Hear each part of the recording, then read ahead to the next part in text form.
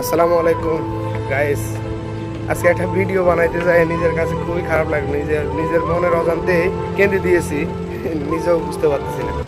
পুরুষ পুরুষ এমন একটা পার্সন যে কিনা টাকার জন্য কি না করতে পারে। এই ভিডিওটা দেখলে আপনারা বুঝতে পারবেন টাকা মানুষকে পুরুষকে কতটা অসহায় এবং কতটা আপনার রিক্সি কাজগুলো করতে মানে মনের মধ্যে থেকে বাধা আসে না যে আমি এই কাজটা করতে গেলে হয়তো আমি মারাও যেতে পারি, কিন্তু না, পুরুষ এমনই।